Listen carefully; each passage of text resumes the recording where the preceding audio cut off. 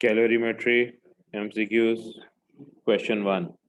An important reaction in the manufacture of nitric acid is the catalytic oxidation of ammonia. 4NH3 gas plus 5O2 gas gives 4NO gas plus 6H2O gas. For every mole of O2 that reacts in this way, 181.8 kilojoules of energy are released. A factory makes 2.50 into 10 to the power of 5 moles of NO every day. How much energy in kilojoules is released every day?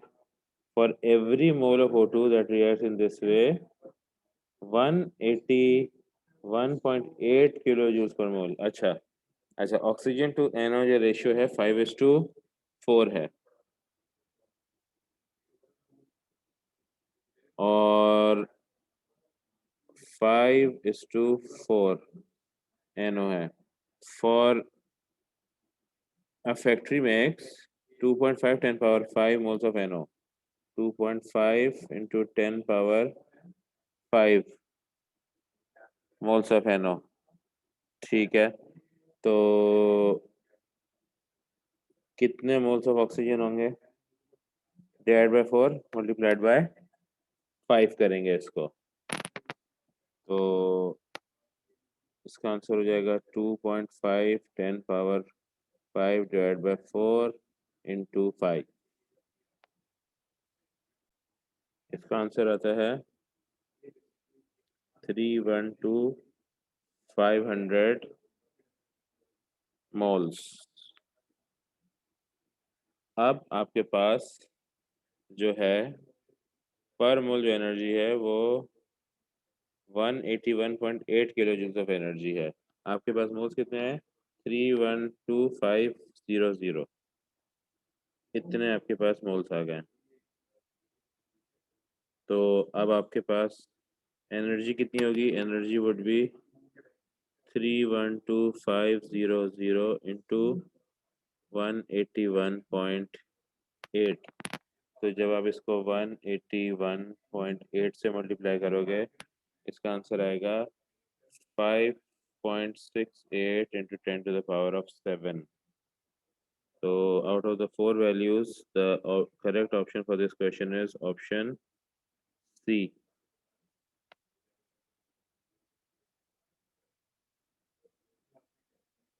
1 2 3 4 5 6 7. Exactly 5.68 and power 7.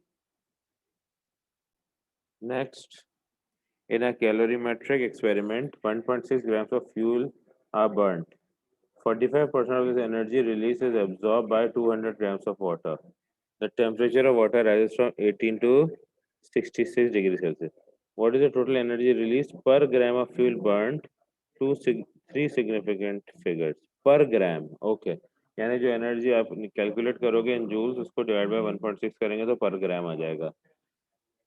Okay, सो पहले क्या करेंगे? हमारे पास 45% है. अच्छा हाँ, E equals MC delta T, तो M is 200, C 4.18, delta T will be 66 minus 18. This gives us a value of 40,128 joules.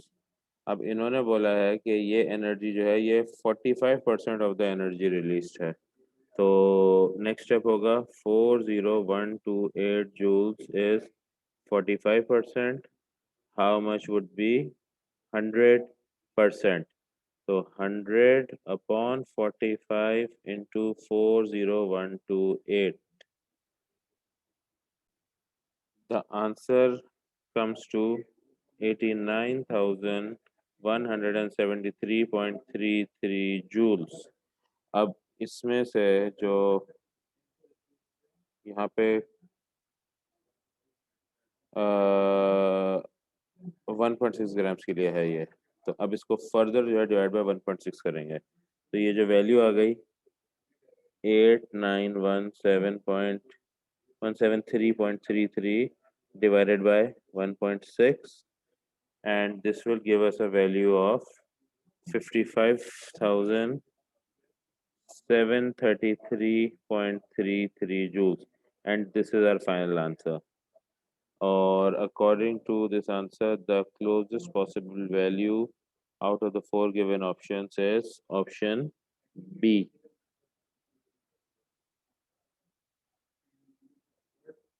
Next,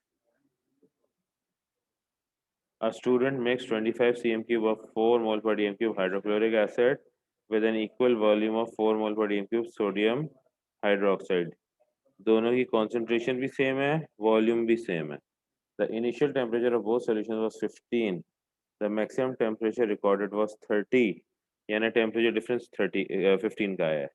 Using this result, what is the enthalpy change of neutralization of hydrochloric acid? Okay, तो इसके लिए क्या करना है? सबसे पहले 25 एक है, 20 दूसरा है, तो 50 into 4.18 into 30 minus 15 is 15. So when we calculate for 50 into 4.18 into 15, the answer comes to 3135 joules. अच्छा, अब इन्होंने बोला किलो जूल पर मोल में निकालना है. अब किलो जूल पर मोल के लिए सबसे पहले इसको डिवाइड बाय 1000 कर देंगे इस वैल्यू को. जब हम इसको डिवाइड बाय 1000 कर देंगे तो किलो जूल्स में आ जाएगा. तो डिवाइड बाय 1000 करने से वैल्यू आती है 3.135 किलो जूल्स. अब पर मोल के लिए एक फर्दर कैलकुलेशन की ज़रूरत है. वो कौन सी है?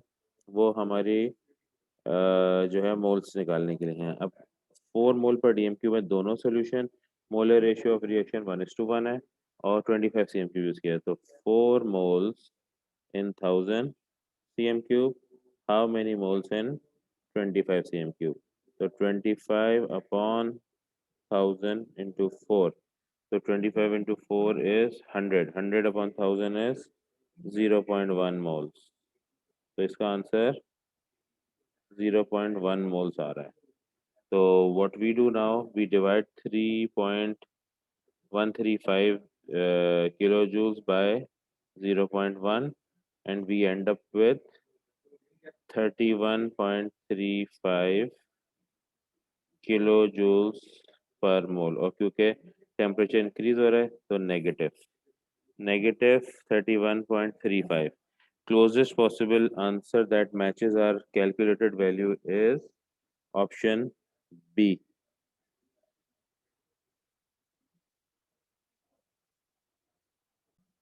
Next, 200 grams of water are at 25 degrees Celsius. The water is heated to 75 degrees Celsius by burning 2 grams of ethanol. What is the amount of energy transferred to water? तो in kilo joules निकालना, तो पर मोल की जरूरत नहीं है.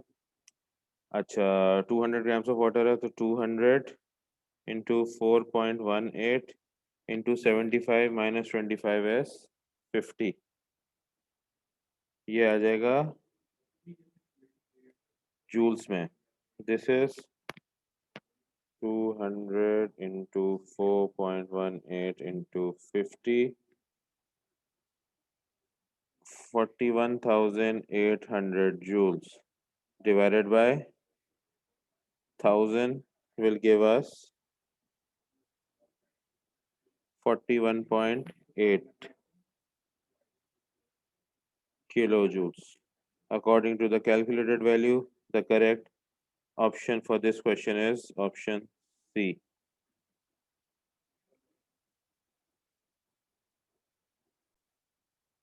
In calculating the enthalpy change delta H of an experiment involving solution, the mass of the solution M, specific capacity of the solution C, and the temperature change delta T are needed. Which expression of our delta H is correct? अच्छा, delta T equals T final minus T initial. अच्छा, इसमें एक चीज याद रखना, ठीक है? अगर एक्सोथर्मिक रिएक्शन है ना, तो आपका T final minus T initial होता है, क्योंकि टी फाइनल बड़ी वैल्यू होती है और टी इनिशियल छोटी वैल्यू होती है. अगर आपका एंडोथर्मिक रिएक्शन होता है तो उसमें डेल्टा टी जो होता है वो होता है T initial minus T final, क्योंकि इसमें टेम्परेचर ड्रॉप हो रहा होता है, तो इनिशियल टेम्परेचर ज़्यादा होता है, फाइनल टेम्परेचर कम होता है।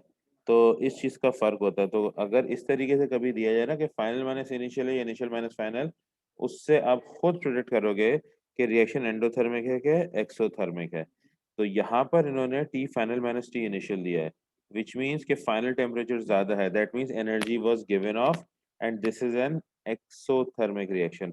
और एक्सोथर्मिक रिएक्शन के लिए जो आपकी कैलकुलेटेड वैल्यू ऑफ एंथैल्पी होती है, उसमें आपको नेगेटिव साइन डालना होता है। ये इन्होंने ऑप्शन बी और ऑप्शन डी दो में ये किया हुआ है। अच्छा, फॉर्मूला होता है E equals M C delta T. तो सी या डी ऑप्शन है, राइट? बट क्योंकि ये एक्सोथर्मिक रिएक्शन है, इसलिए यहाँ पे नेगेटिव साइन भी इन्होंने शो कर दिया है, ये वाला। तो the correct option for this question is option D.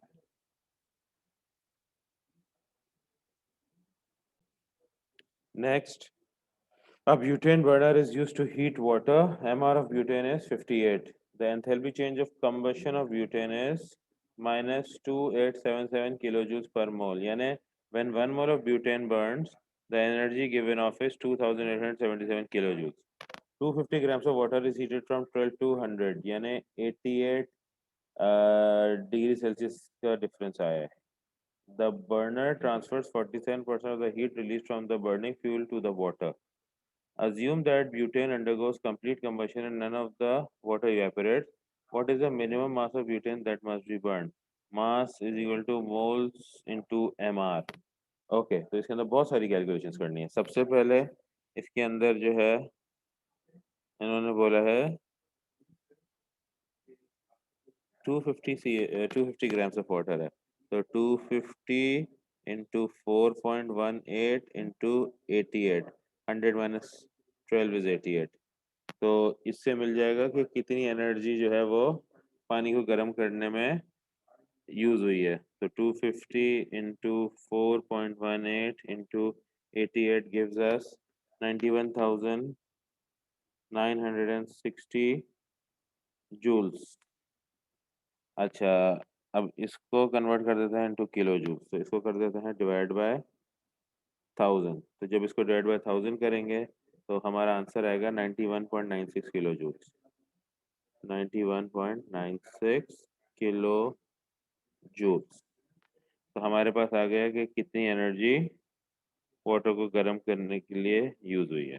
Okay, अब इन्होंने क्या बोला है कि the burner transfers 47% of the burner transfers 47% of the heat released from the burning fuel to the water। तो burning fuel ने कितनी एनर्जी रिलीज की थी, अब वो निकालना है।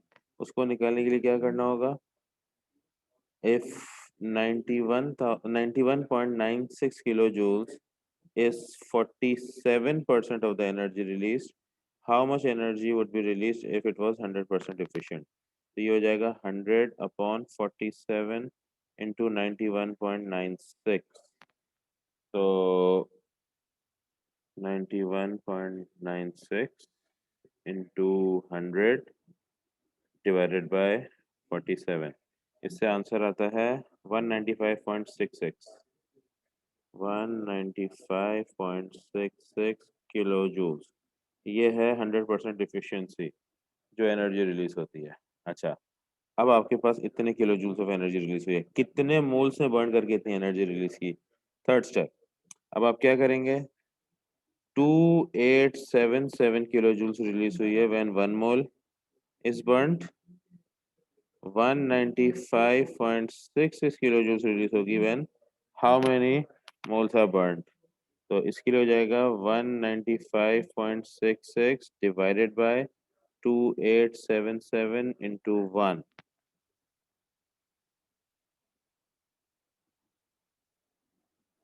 and this is coming to 0.068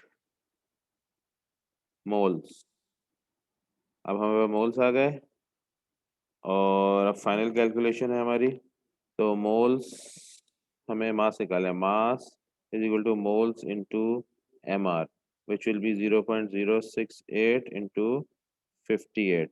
जब हम इन दो वैल्यूज को मल्टीप्लाई करेंगे तो हमारा आंसर आएगा 3.944 ग्राम्स। तो इस तरीके से हमारे पास जो है वो 4 स्टेप्स में जाके वो मास आया जो इन्होंने हमसे ओरिजिनली पूछा है। Step 1, step 2, step 3 and step 4. Now, based on all of these steps, or the calculated value है, the correct value for this question is given in option C.